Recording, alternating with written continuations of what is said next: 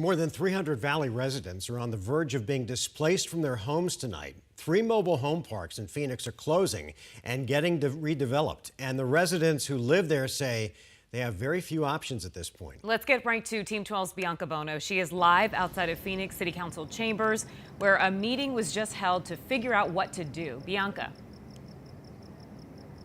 Yeah, guys, this has become immensely stressful and scary for the residents impacted. Most of them do own their mobile homes, but they rent the land that the homes sit on, land that is now being redeveloped. And guys, the clock is ticking fast, and many of these residents fear they're on the verge of homelessness.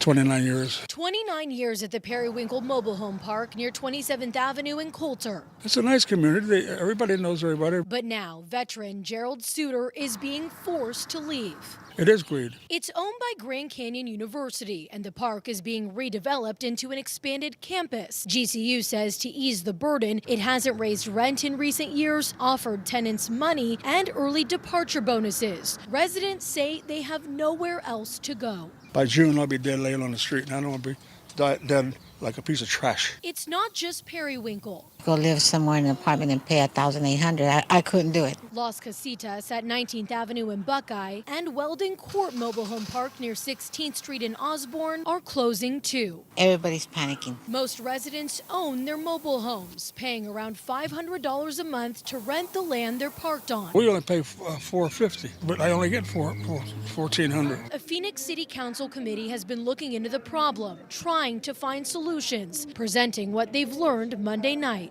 Is there another price point similar to this that's not another trailer park where folks can go? The short answer is no. Of the 46 households at Periwinkle, 9 have found stable housing. At Las Casitas, of the 34 homes, 8 are stabilized. And at Weldon Court, where residents have to be out by April 1st, of 43 homes, 0 have a place to go. I guess I'm going to have to buy a tent and put it in front of GCU and live there because I will be homeless. What about moving the mobile homes? The state has its own relocation fund created for mobile home closures, offering between $7,500 and $12,500 per mobile home to help move the home to a new park. The problem?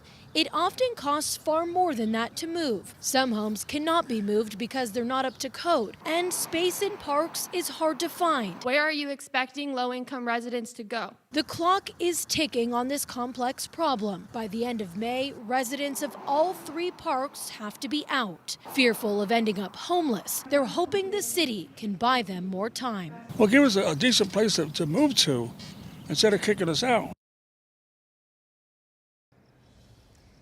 And in the final minutes of the meeting tonight that really wrapped up in the past 30 minutes or so, some pretty significant motions did pass. These are really just recommendations that still have to go before the full city council. But I'll tell you what the 2 most notable ones were. The city would initiate a zoning overlay on the 3 mobile home parks affected. They would also institute an 18-month moratorium on all development of those mobile home parks. Again, these still have to go before the full council, but residents who showed up here tonight are celebrating this as a big win.